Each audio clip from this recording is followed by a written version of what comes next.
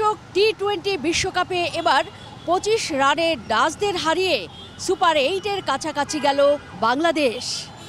কিন্তু দর্শক, সাধারণ মানুষ এ নিয়ে কি বলছেন জানবো এবং দেখব আমাদের কথার আজকের পর্বে। আমি মাহফুজা মুসলেহি আপনাদের সবাইকে আমন্ত্রণ জানাচ্ছি এটিএন নিউজের নিয়মিত আয়োজন আমাদের কথার আজকের পর্ব দেখার জন্য। রিপোর্টে দেখবার পর এবার আমরা চলুন দেখে আসি এ নিয়ে সাধারণ মানুষ কি বলছেন। বিশ্বের মঞ্চে যে সবাই খেলা দেখেছে, বাংলাদেশের মানুষ খেলা দেখেছে, আমরা উপভোগ করেছি এবং আনন্দিত যে বাংলাদেশ এত বড় মঞ্চে কালকে এত সুন্দর একটি ম্যাচ উপহার দেওয়ার জন্য।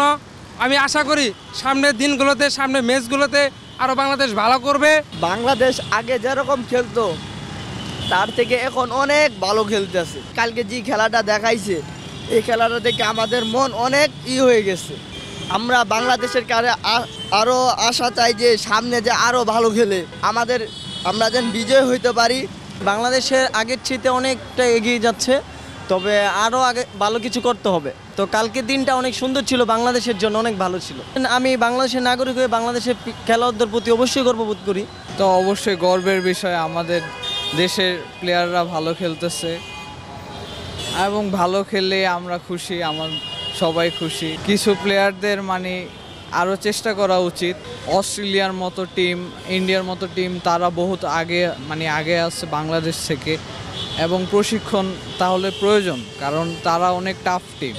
বাংলাদেশ টিমের প্রতি আমার অভিনন্দন রইল এবং আরও ভালো খেলবে ইনশাল্লাহ। অনেকদিন পরে মনে হলো বাংলাদেশ খুব ভালো খেলছে, বাস আমার কাছে খুব ভালো লাগছে, আমি খুব আনন্দিত। তামিমকে নেওয়া দরকার ছিল, কারণ পুরনো মানুষের নেতৃত্বটা একটা অন্যরকম হয়, তাদেরকে নেওয়া দরকার ছিল। তারপরে ভালো, মাশাআল্লাহ ভালো হয়েছে।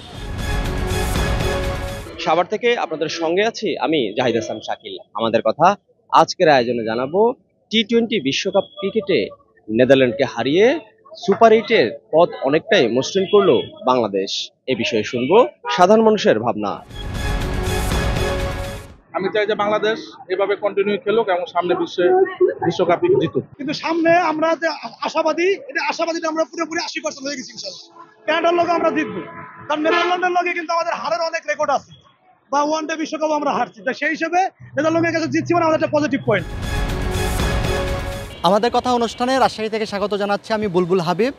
টান টান উত্তেজনাপূর্ণ একটি ম্যাচে নেদারল্যান্ডসকে হারানোর পর সুপার 8-এর খুব কাছে বাংলাদেশ।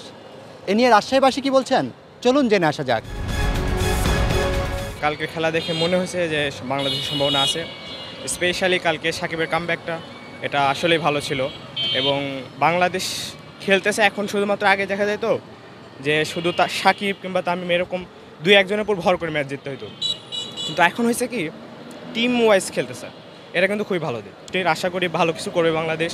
সুপার 8 মোটামুটি তো নিশ্চিত, ইনশাল্লাহ সেমিফাইনাল পর্যন্ত তো যাওয়ার চিন্তা আছে। কিন্তু কালকে খেলাটা দেখে ভালো লাগছে যে দলগতভাবে সবাই ভালো করছে, বিশেষ করে সাকিব ফর্মে ফিরে আসছে ব্যাটিংয়ে। তার ব্যাটিং নিয়ে ভালো একটা সমস্যা হচ্ছিল, এটা বাংলাদেশ দলের জন্য বড় একটা পাওয়া যে সাকিব ফিরে আসছে। আর সাকিব যদি ভালো করে তাহলে বাংলাদেশ দলও ভালো করবে। আশা করি নেক্সট ম্যাচ নেপালের সাথে জিতে 6 পয়েন্ট নিয়েই সুপার 8-এ উঠবে। বাংলাদেশ যদি টপ অর্ডারটা ভালো করে এবং মিডল অর্ডারে যদি আমাদের মাহমুদার আমাদের যে তহিদ হৃদয়, উনি যদি কন্টিনিউয়াসলি ব্যাটিং ভালো করতে পারে তাহলে ইনশাল্লাহ বাংলাদেশ ভালো করার পারফেক্ট ইনশাল্লাহ আছে। নেপাল নতুন একটা দেশ, আর বাংলাদেশ তো অনেকদিন ধরেই খেলছে, সেহেতু এটা আমাদের জেতাটাই উচিত। হ্যাঁ, বাংলাদেশের খেলা দেখে মনে হয় আগের তুলনায় যেহেতু 2টা ম্যাচ জিতছে এবং পরবর্তী ম্যাচ নেপালের সাথে আছে, আমার মনে হয় আত্মবিশ্বাস সুপার 8-এ বাংলাদেশ অবশ্যই যাবে। আলহামদুলিল্লাহ, কালকে খেলা দেখে অনেক পজিটিভ মাইন্ডে ফিরে এসছে। যেমন সাকিবকে নিয়ে সেবাগ কিন্তু অনেক টোল করেছিল, সেখানে টোলের যে জবাব দিয়ে দিয়েছে সাকিব। সামনে সুপার 8-এ বাংলাদেশ যাবে, এটা আশা করা যায়। আর কালকের মতো ভালো খেলা দিলে, এরকমভাবে খেললে অনেক ভালো হবে, ভবিষ্যতে আরও ভালো হবে। প্রিয় দর্শক, আমাদের কথার আজকের পর্বে আমরা এতক্ষণ দেখছিলাম সাধারণ মানুষের ভাবনা। আমি মাহফুজা মুসলেহি আপনাদের সবার কাছ থেকে বিদায় চেয়ে নিচ্ছি যারা এতক্ষণ দেখলেন। আগামী পর্বে একই সময়ে আবারও ফিরে আসব অন্য কোনো বিষয় নিয়ে। সে পর্যন্ত সবাই ভালো থাকুন আর সঙ্গেই থাকুন এটিএন নিউজের।